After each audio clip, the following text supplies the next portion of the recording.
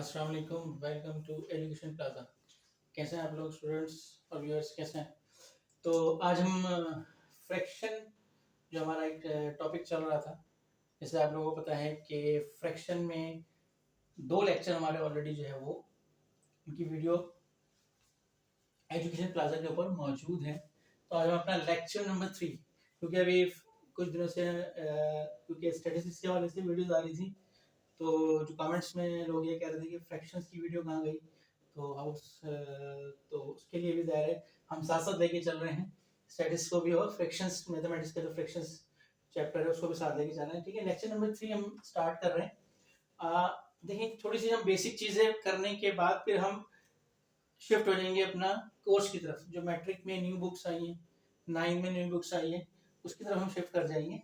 लेकिन ये कुछ बेसिक चीज़ें हैं, ये उन स्टूडेंट्स के लिए हैं जो बिगनर्स के हैं, 4, 5, 6, 7, जो लोग मैथमेटिक्स को थोड़ा सा इनको प्रॉब्लम कर रही होती है कि फ्रैक्शन क्या है और ये है एलसीएम। तो इन सब चीज़ों को पढ़ने के बाद हम इंशाल्लाह शिफ्ट कर जाएंगे अपने कोर्स की तरफ, जो हमारा बेसिक जो एम है कि उस कोर्स को, जो न्यू बुक है, उस पूरे कोर्स को हम इंशाल्लाह स्टेप बाय स्टेप जो है, ये चैप्टर वाइज जो है इंशाल्लाह इसकी वीडियो हम डालेंगे। ठीक है, तो हम चलते हैं अपने लेक्चर नंबर 3 की तरफ, फ्रैक्शन की तरफ। देखिए, फ्रैक्शन में हमने लास्ट वीडियो जो पढ़ी थी उसमें पढ़ा था मैं टाइप्स ऑफ फ्रैक्शन, सॉरी। ठीक है, टाइप्स ऑफ फ्रैक्शन को हमने डिटेल से हमने आपको वीडियो में बारे में बताया था कि फ्रैक्शन की कितनी टाइप्स होती हैं और क्या क्या होती हैं। ठीक है, अब हम आज का जो टॉपिक है हमारा, मैंने टॉपिक यहाँ पे लिख दिया है कि टॉपिक में कुछ लोगों को समझ में नहीं होता, पता नहीं होता कि डिवाइजर क्या होता है, डिवाइडेंड क्या होता है, क्वोशिएंट क्या होता है और रिमाइंडर क्या होता है। ठीक है, तो ये चीजें थोड़ी सी लोगों को प्रॉब्लम करती हैं। तो इन चीजों को हम देखते हैं कि डिवाइजर क्या है, डिवाइडेंड क्या है, क्वोशिएंट क्या है और रिमाइंडर क्या है। ठीक है, तो ये सारी चीजें जो है मैं आपको एक एग्जांपल से बता देता हूँ कि मिसाल के तौर पर आपसे कहा गया है कि सॉल्व, क्वेश्चन में लिखा हुआ है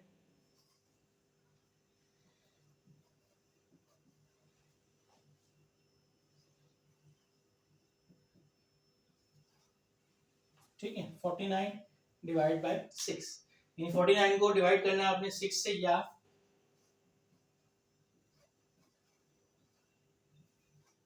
49/6। ठीक है, तो बेसिकली आजकल तो हमारे पास क्योंकि कैलकुलेटर्स मौजूद होते हैं, हम कैलकुलेटर की मदद से भी कर सकते हैं, लेकिन हमें क्या है बेसिक चीजें, क्योंकि क्लास 4, 5, 6, 7 के स्टूडेंट्स को हमें कैलकुलेटर नहीं देना है। ठीक है, तो ये जो स्टूडेंट्स होते हैं ये बहुत अभी समझने के बहुत ही छोटे लेवल से आउट होते हैं, तो उनको अभी हम कैलकुलेटर पकड़ा देंगे तो उनका जो सॉल्व करने का जो पूरा मेथड है किसी भी मैथ्स को, सवाल को, तो वो उनकी समझ में नहीं आएगा, और डायरेक्ट कैलकुलेटर में 49 डिवाइड बाय 6 करेंगे, आंसर निकाल देंगे। ठीक है, लेकिन हमें उनको भी सिखाना है। ठीक है, तो देखिए हम क्या करते हैं, यहाँ लिखा हमने 49, यहाँ लिखा 6। ठीक है, अब 6 को हमें डिवाइड करना है 49 से, तो 6 के टेबल में 49 नहीं आता। ठीक है, 6 के टेबल में 49 नहीं आता। अब 6 से जो कम नंबर, 6 के टेबल में 49 से कम नंबर आता है, वहां तक हम जाएंगे, तो 6 8 जा 48, तो यहाँ 8 लिखा, यहाँ 48 आ गया। अब आपको बताएंगे 49 में से जब हम 48 माइनस करेंगे तो यहाँ आ जाएगा 1। ठीक है, तो अब यहाँ पर ये चार चीजें हैं। ठीक है, इनके बारे में लिखा है divisor, dividend, quotient and reminder. ये मैं आपको यहाँ एरो से बता देता हूँ, ये 6 है। ठीक है, ये 6 जो है, जिस तरह से मैंने यहाँ लिखा वैसे बता रहा हूँ। ठीक है, इसको ये है हमारे पास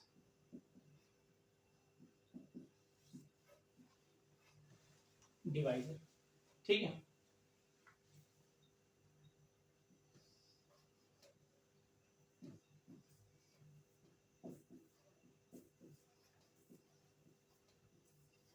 ये है डिवाइडेंड। ठीक है, ये आ गया आपका क्वेश्चन,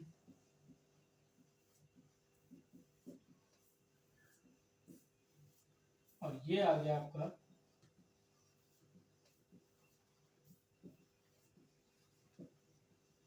रिमाइंडर। ठीक है, तो हमने यहाँ पर एग्जाम्पल के थ्रू ये चारों चीजें आपको लोकेट कर दी, बता दी कि चार चीजें किस किस जगह पे मौजूद होती है, उनका काम क्या होता है। ठीक है, 6 वो जिससे डिवाइड कर रहे हैं, 49 वो जो जिसको डिवाइड करना है, 8 जिससे डिवाइड करके, इससे मल्टीप्लाई करके आप नंबर लेके आए, वो क्वेश्चन हो गया, और इसमें से ये माइनस करने के बाद, ठीक है, जो नंबर यहाँ आया जो ऊपर मौजूद है, इसको माइनस करने के बाद जो नीचे नंबर बचता है वो क्या होता है, रिमाइंडर। अब रिमाइंडर कभी कभी सम टाइम ऐसा भी होता है, जैसे मैं यहाँ 49 की जगह 48 लिख देता, तो 48 क्योंकि पूरा पूरा डिवाइड हो जाता है 6 से, तो 6 से 48, 48 में 48 माइनस करते यहाँ 0, तो उस सूरत में रिमाइंडर क्या होता, 0 होता। ठीक है, इसको हम रिमाइंडर फिर 1 नहीं कहते, उसको हम कहते हैं रिमाइंडर 0। लेकिन चूंकि यहाँ पर 1 बच रहा है, ठीक है, तो ये सारी चीजें यहाँ मौजूद हो गई, डिवाइजर, क्वोशिएंट, डिविडेंड और ये रिमाइंडर। ठीक है जी, तो ये क्लियर हो गया अब आपको। तो अब हम चलते हैं अपने सेकंड फेज की तरफ। अब आपको याद हमने लास्ट में एक पढ़ी थी टाइप्स ऑफ फ्रैक्शन में मिक्स्ड फ्रैक्शन।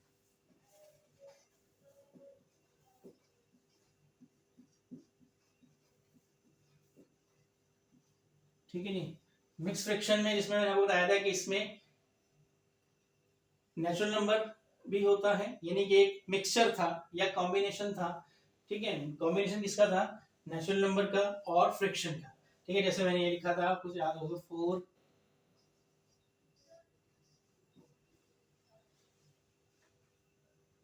इसको मैंने आपको चेंज करने का, यानी कि प्रॉपर फ्रैक्शन में लाने का या प्रॉपर फ्रैक्शन में लाने का तरीका भी बताया था। उसमें मैंने क्या कहा था कि ये जो है, ये वाला पार्ट आपका क्या लाएगा, नेचुरल या होल नंबर है। थोड़ा सा मैं पिछला रिवाइज कर दूं ताकि आपको समझने में आसानी हो।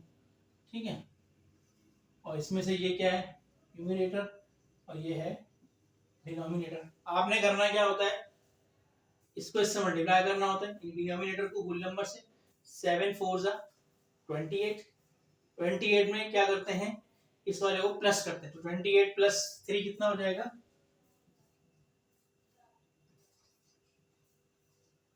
अपॉन 7। ये थी बेसिकली वो फ्रैक्शन जिसको हमने इस फॉर्म में लिखा हुआ।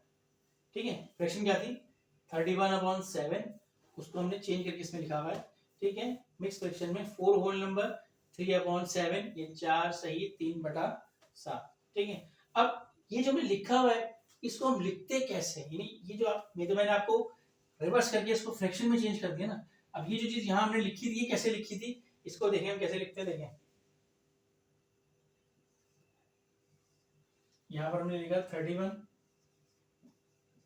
डिवाइड किससे करना है, 7 से। अब 7 के टेबल में 31 तो आता नहीं है, 31 से कम जो आता है वो 28 आता है। 28 किस पे आता है, 4 पे आता है, तो 7 4 28। ठीक है, अब 31 में से जब आप 28 माइनस करेंगे तो क्या बचेगा, 3। अभी इससे पहले वाले जिसमें हमने पढ़ा कि डिवाइजर क्या था, डिविडेंड क्या था। ठीक है, तो ये जो है Q, ठीक है, ये हो गया आपका Q यानी क्वोशिएंट, ये हो गया आपका रिमाइंडर, और ये हो गया डिवाइडर। ठीक है, अब देखें इसी फॉर्मेट को आपने यहाँ याद रखने के लिखने के लिए। ठीक है, ये क्या लिखा हुआ है, 4 कहाँ पर मौजूद है, Q में मौजूद है। ठीक है, ये कहाँ लिखा हुआ है, 3 कहाँ मौजूद है, रिमाइंडर में मौजूद है, और ये 7 कहाँ मौजूद है, डिवाइजर में मौजूद है। तो अगर इसको हम देखें तो ये क्या हो गया, देखें ये तो होल नंबर है। ठीक है, लेकिन इसके हिसाब से जो हमने अभी एग्जांपल सॉल्व किए, इसके हिसाब से 4 क्या है, Q। ठीक है, 3 क्या है, रिमाइंडर। 7 क्या है, मैंने लिखा भी है नहीं, डिनोमिनेटर लिखा हुआ ये डिवाइजर। तो क्या हो गया, जो होल नंबर होता है बेसिकली वो किसका होता है, वो क्वोशिएंट का होता है। ठीक है, न्यूमरेटर में जो ऊपर न्यूमरेटर जो लिखा हुआ होता है वो किसका होता है, रिमाइंडर। ठीक है, और डिनोमिनेटर में जो लिखा होता है वो किसका होता है, वो डिवाइजर होता है। अब आप कैसे लिखेंगे, देखें Q, ठीक है, Q, उसके बाद रिमाइंडर के, सॉरी हाँ चलो मैं ऐसे लिख रहा हूँ, Q R अपॉन D। अब लोग ये पूछते हैं कि भाई ये इसमें ऐड किया, सॉरी ये मल्टीप्लाई किया, पर ये प्लस क्यों करते हैं, ऐसे ही ना भाई, आप ये कर रहे हैं ना भाई, 7 4 28, अब ये प्लस क्यों हो रहा है, हालांकि यहाँ तो प्लस का कोई साइन ही नहीं भाई। देखिए ना, ये चीज ऐसे लिखी हुई ना, 4 3/7, where is plus, there is no plus. Plus अगर होगा, दो अगर पहली वैल्यू लिखी हुई हो तो हम अंडरस्टूड करते हैं कि इसके साथ प्लस है, लेकिन इसके साथ अगर 3 लिखा हुआ हो तो आप ये पूछेंगे ना भाई इनके दरमियान में साइन क्या है। आइदर प्लस है, माइनस है, मल्टीप्लाई है या डिवाइड है, ठीक है। तो लेकिन सेकंड वैल्यू के साथ जो भी साइन होगा वो आपको लिखना पड़ेगा, अंडरस्टूड है। पहली सिर्फ एक वैल्यू लिखी हुई है तो हम अगर कोई साइन नहीं लगाते तो अंडरस्टूड है कि वो 4 के साथ प्लस है, ठीक है, उसके अंदर कोई कंफ्यूजन नहीं है। लेकिन अगर इसके साथ मैं 41 लिख दूं या थोड़े से फासले में 4 लिखा, यहाँ 1 लिख दिया, अब कंफ्यूजन है यहाँ पर, 4 के बाद क्या है नहीं पता, प्लस है, माइनस है, मल्टीप्लाई है, डिवाइड है, ठीक है। या अगर मैं ऐसे भी लिख दूं 4 फिर थोड़े फासले का लिखा 1/7, ये होल नंबर हो गया, फ्रैक्शन हो गया। सॉल्व करने के लिए मैं दे दूं स्टूडेंट को, स्टूडेंट पहले पूछेगा सर सॉल्व तो करेंगे हम, लेकिन इधर मैंने साइन तो बताएं क्या है, अगर प्लस है, माइनस है, मल्टीप्लाई है, डिवाइड है, व्हाट इज, ठीक है। तो सेकंड वैल्यू जो भी होगी, किसी भी फर्स्ट वैल्यू के बाद जो सेकंड वैल्यू होगी उसका साइन हमें लाजमी लिखना होता है, ठीक है, लिखना होता है। अगर वो ना लिखे तो वो कंफ्यूजन क्रिएट करता है, स्टूडेंट को सॉल्व करने में मसला होता है। लेकिन यहाँ पर हम क्या कह रहे हैं, साइन तो ही नहीं है, हम क्या कह रहे हैं 7 4 28 प्लस 3 31/7, प्लस तो हमने लिखा ही नहीं, कहाँ से आया, देखें इसको तरीका क्या होता है, इसके बैक एंड पे क्या होता है, इसको लिखने का तरीका ये होता है Q plus R upon D, ये इसका पूरा बेसिक फार्मूला है। Q is quotient plus R upon D। हम ये प्लस नहीं लगाते क्योंकि हम इसके पीछे जो पूरा बैकएंड है वो पता है क्या है, तो इसलिए हमें पता है कि Q के बाद जो यानी Q और D को मल्टीप्लाई करने के बाद जो नंबर आएगा वो ऑटोमेटिकली किस में ऐड होगा, R में ऐड होगा, और D फिर ऐसे आ जाएगा नीचे जो D है, ठीक है। आप देखें इसी चीज को मैं लिख के सॉल्व करके आपको दिखा रहा हूँ।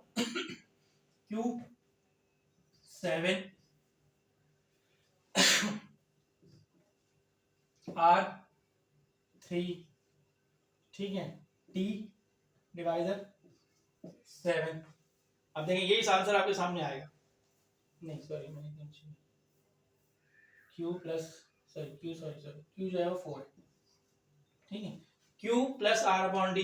अब ये क्या है, ये एलसीएम, यानी कि यहाँ पर एलसीएम लेके सॉल्व करना पड़ेगा। एलसीएम को भी हम पढ़ेंगे, लेकिन मैं सिर्फ एग्जाम में समझाने के लिए आपको यहाँ पर फौरन जल्दी से बता देता हूँ, ठीक है। इसके लिए समझने क्या मौजूद है, 1 मौजूद है, तो इन दोनों का एलसीएम क्या आ जाएगा, 7 1 7। अब 1 का टेबल आपने देखना है कि 1 के टेबल में 7 किस पे आता है, तो 1 मल्टीप्लाई 7 इज इक्वल टू 7। तो 1 के टेबल में जिस नंबर पे आ रहा है 7 पे 7 आता है, 1 7 से 7, तो 7 को इससे मल्टीप्लाई कर देंगे, देखिए 7 4 जा 28, प्लस का साइन ऐसे आ गया। अब यहाँ भी 7 है और जो एलसीएम भी आपने लिया है वो 7 है, तो 7 के टेबल में 7 किस पे आएगा, 1 पे आएगा, तो 1 को इससे मल्टीप्लाई करेंगे, 1 यानी जिस नंबर पे आ रहा है उसको ऊपर वाले से न्यूमरेटर से मल्टीप्लाई कर देंगे, 1 3 जा 3, तो देखिए क्या हो गया 28 प्लस 3 31/7, देखिए वही चीज आ रही है। तो इसलिए हम क्या करते हैं, इसको इससे मल्टीप्लाई करते हैं, फिर प्लस कर देते हैं रिमाइंडर में, और डिवाइडर को एक दफा लिख देते हैं नीचे 7। तो ये पूरा प्रोसेस के पीछे हुआ है, लेकिन हमें ये प्रोसेस नहीं पता होता। हम में से जो लोग फ्रैक्शन पढ़ रहे हैं या जो पढ़ चुके हैं या जो अभी पढ़ना जिन्होंने स्टार्ट किया है, उनको ये चीजें नहीं बताई जाती कि ये प्लस क्यों हो रहा है, हालांकि इसके दरमियान में कोई साइन नहीं है, देयर इज नो साइन। अगर कोई साइन दरमियान में नहीं है तो उसको हम क्या लेते हैं, उसको हम मल्टीप्लाई लेते हैं ना, 4 ये ब्रैकेट लिखी हुई है, अगर इसका मतलब क्या दोनों मल्टीप्लाई कोई साइन नहीं है, लेकिन यहाँ पर ब्रैकेट भी नहीं लगी हुई, ब्रैकेट तो नहीं लगी हुई थी, 4 अलग लिखा होता है, 1 साइन लिखा होता है, इसके दरमियान में प्लस, तो उसको इस फॉर्मूले से सॉल्व किया जाता है Q plus R upon D, ठीक है। Q plus R upon D मैंने आपको सॉल्व करके बता दिया। इस एग्जांपल में Q क्या था, 4 था, Q के नीचे 4 लिख दिया, प्लस का साइन ऐसे ही आ गया, ठीक है। R जो बचा था वो 3 बचा था, वो 3 आ गया, डिवाइडर जो था वो 7 था जिससे आप डिवाइड कर रहे थे, उसके बाद 1 और 7 का एलसीएम लिया, 1 और 7 का एलसीएम 7 आ गया, फिर 1 के टेबल में 7 पे आता है, 7 4 28 हो गया, फिर 7 के टेबल में 1 आता है, 1 पे 1 को 3 से मल्टीप्लाई किया, 1 3 3 आ गया, देन 28 प्लस 3 31 और नीचे वाला 7 ऐसे आ गया, तो ये आपका आंसर आया 31/7, जिसको हम बताते नहीं हैं स्टूडेंट्स को, लेकिन ये चीजें हमें पता होनी चाहिए कि बेसिक इसके पीछे हुआ क्या है, ठीक है। आपको सिर्फ ये बता दिया जाता है कि इसको इससे मल्टीप्लाई कर दें और प्लस कर दें, तो मैंने वो चीज जो इसके बैकएंड पे हो रही होती है आज उसको आपके सामने लिख के बता दिया है कि ये किस तरह से लिखा जाता है। ठीक है, तो क्वेश्चन प्लस टोटल जो पूरा फॉर्मूला था वो जो होता है Q plus R upon D. तो इस फॉर्मूले से आप किसी भी ब्रैकेट को तोड़ सकते हैं। ठीक है, जैसे मिसाल के तौर पे लिखा हुआ है 1/2, ठीक है, 1 होल नंबर प्लस 1/2, तो इसको आप कैसे ब्रेक कर देंगे 1 प्लस 1/2। इससे सॉल्व करेंगे तो क्या होगा 2 1 2 प्लस 1 कितना आ जाएगा 3/2। इसको भी सॉल्व करके देखेंगे 2 एलसीएम आ गया, यहाँ 2 आ गया, यहाँ 1 आ गया, इसका आंसर भी क्या आ गया 3/2।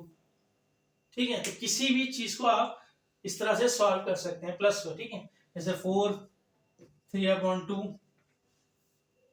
ठीक है, 4 2 8 प्लस 3, 8 प्लस 3 कितना हो गया 11/2। इसको आप कैसे लिखेंगे 4 प्लस 3/2, 2 एलसीएम आ गया, यहाँ 1 है, 2 के 1 के टेबल में 2 2 पे आता है, 2 4 8, 2 के टेबल में 2 1 पे आता है, 1 3 3, 11/2। ठीक है, नहीं देखें तो हमें क्या करना है, देखिए हमें मैथमेटिक्स में किसी भी चीज का रट्टा नहीं लगाना। रट्टा मैथ्स के अंदर एप्लीकेबल नहीं है। आप किसी और सब्जेक्ट में लगा लें रट्टा, आप इस्लामियत में लगा लें, आप उर्दू में लगा लें, आप इंग्लिश में लगा लें, चल जाएगा वहाँ, लेकिन मैथमेटिक्स में रट्टा नहीं लग सकता। आपसे अगर किसी ने ये पूछ लिया कि भाई आप ये कर रहे हो 7 4 8 प्लस 3 31/7, तो ये प्लस का साइन तो है ही नहीं, कहाँ से आ रहा है ये प्लस का साइन, तो आप क्या बोलोगे टीचर ने बताया था, हमने टीचर से यही सीखा था। तो टीचर में आप डाल दोगे सारी डिसाइड होगी। ठीक है, तो भाई खुद से भी तो कुछ कोशिश करो। ठीक है, अगर टीचर नहीं बता रहा तो आप एजुकेशन प्लाजा को सब्सक्राइब करो, आपको हर वो चीज पता चलेगी जो आपको टीचर नहीं बता रहा यहाँ पर इंशाल्लाह। तो ठीक है, तो अब आपने देख लिया कि इस पूरे के साथ, इस पूरे के पीछे बैक एंड पे जो फार्मूला वो ये Q plus R upon D। मैंने आपको 3 एग्जाम्पल के साथ, 1 2 3 एग्जाम्पल के साथ ये सिखा भी दिया। इसके अलावा अपने तौर पर आप कोई भी एग्जाम्पल लेके इसको सॉल्व कर सकते हैं, तो आपके लिए आसानी हो जाएगी। ठीक है, नहीं तो आज की लेक्चर को हम यहीं एंड करते हैं। ठीक है, वीडियो हम चाहते हैं कि छोटी छोटी हो, 10-10 15 मिनट की, ताकि उसको आप इजीली देख भी सकें। ठीक है, तो इंशाल्लाह लेक्चर नंबर 4 में हम फ्रैक्शन को थोड़ा सा कंटिन्यू करेंगे आगे, कुछ चीजें इसकी पढ़ेंगे, जो भी चीजें बाकी है इसकी बाकी रह रही हैं। ठीक है, जो बेसिक चीजें मैंने आपको बता दी कि फ्रैक्शन क्या होती है, टाइप्स ऑफ फ्रैक्शन क्या होती है, और ये जो हम लिखते हैं मिक्स फ्रैक्शन को, इसको जो लिखते हैं इस अंदाज में, इसके पीछे है क्या, तो वो फार्मूला भी मैंने आपको बता दिया कि Q plus R upon D। ठीक है जी, तो इंशाल्लाह फिर हम लेक्चर नंबर 4 के साथ फिर दोबारा इंशाल्लाह आपके सामने हाजिर होंगे। और चैनल को सब्सक्राइब जरूर कर दीजिएगा भाई, अब तो आपको फ्री में बहुत सारी चीज़ें मिल रही है, और ऐसी मिल रही हैं कि जो शायद आपने पहले ना पढ़ी हो, या पढ़ी हो कोई तो हो सकता है भूल गए हो, तो दोबारा रिमाइंड हो रही है, दोबारा रिवाइज हो रही है आपकी। तो जो लोग टीचिंग कर रहे हैं, छोटी क्लासेस को भी पढ़ा रहे हैं, वो भी इस चैनल को सब्सक्राइब जरूर करें, उनके पास इन्फॉर्मेशन जमा हो रही है। अब ये लेक्चर अगर आप किसी क्लास में, छोटी क्लास को ले जाके देते हैं, वो पेरेंट्स को जाके बताता है, तो ऑटोमेटिकली आपकी भी जो है वाह होगी कि भाई हमने हमारे बच्चों को काफ़ी अच्छी चीज़ें कॉन्सेप्ट क्लियर हो रहे हैं। ठीक है, तो ये सारी चीज़ें कॉन्सेप्ट क्लियर करने वाली बात है। तो ये चीज़ आपने एक दफ़ा सीख ली और आगे सिखा दी, तो ये फिर चलती रहेंगी, हर नई आने वाले जनरेशन के लिए एक बहुत अच्छा काम हो जाएगा। ठीक है, नहीं तो इस चीज़ के लिए लाजमी बात है आपको चैनल को जरूर सब्सक्राइब करना पड़ेगा, और हाँ बेल आइकन का बटन जरूर प्रेस कीजिएगा, ताकि फिर मैंने कह रहा हूँ कि कोई वीडियो आपकी मिस ना। ठीक है, और सब्सक्राइब जरूर कीजिएगा और शेयर भी कीजिएगा, क्योंकि इंफॉर्मेशन मालूमात जो है वो आगे शेयर करनी चाहिए, उसको अपने पास रख के नहीं बैठना चाहिए, क्योंकि इल्म जो है वो फैलाने से बढ़ता है, रोकने से नहीं बढ़ता, याद रखिएगा। तो इल्म को आप जितना शेयर करेंगे, जितना फैलाएंगे, ये इल्म जो है, नॉलेज जो उतनी बढ़ती जाएगी। ठीक है, आपके थ्रू किसी और को पता चलेगा, उसके थ्रू किसी और को पता चलेगा, तो आप भी इस काम में आप भी शामिल होते जा रहे हैं। ठीक है, ये कोई ऐसी चीज़ नहीं है, कोई गलत चीज़ नहीं है कि इसको आप फैलाने से आप कोई गुनहगार हो गए, ये एक अच्छी चीज़ है। फ्री में अगर कोई शख्स पढ़ना चाह रहा है, किसी के पास फीस देने के लिए पैसे नहीं है, या कोई बेचारा गरीब है, तो ज़ाहिर है आजकल एंड्रॉयड मोबाइल हर एक के पास होता है, डेटा भी हर एक के पास होता है, तो वो सिर्फ उसके पास एंड्रॉयड मोबाइल होना चाहिए और डेटा होना चाहिए। तो अगर वो जॉब की वजह से नहीं पढ़ पा रहा, तो घर में आके वो चैनल को देख के भी पढ़ सकता है। तो इसमें हम सारी चीज़ें आपके सामने खुद इस तरह से पेश करेंगे जैसे आपकी क्लास के अंदर होती है। ठीक है, इस तरह से क्लास में आपको पढ़ाया जाता है स्टेप बाय स्टेप। तो उससे क्या होगा कि आप इस नेक काम में आप भी शामिल हो जाएंगे। ठीक है, तो इल्म को फैलाना भी एक सत्य जारी है, तो इसको भी आप आगे भी शेयर करें। तो ऐसी चीज़ इसमें नहीं है कि आप ये कहेंगे भाई हम अगर दुनिया में रहेंगे तो दुनिया से चले जाएंगे तो हमें गुनाह मिलेगा, ऐसा कुछ नहीं है। चैनल एजुकेशन चैनल है, एजुकेशन चैनल पे बेस करता है पूरा ये चैनल। तो इसमें आपको एजुकेशन ही मिलेगी, और इल्म जो है वो जहाँ से मिले, जिससे मिले, जिस कदर मिले, ले लेना चाहिए, उसको इनकार नहीं करना चाहिए। ठीक है जी, तो इंशाल्लाह नेक्स्ट वीडियो के साथ फिर हाजिर होंगे। तब तक के लिए अल्लाह हाफिज़। चैनल को सब्सक्राइब, एक बार फिर कह रहा हूँ, सब्सक्राइब भी कीजिएगा, बेल आइकन का बटन प्रेस कीजिएगा, और तीसरी चीज़ शेयर भी करें। ठीक है जी, इंशाल्लाह। ठीक है जी, अल्लाह हाफिज़, थैंक यू वेरी मच।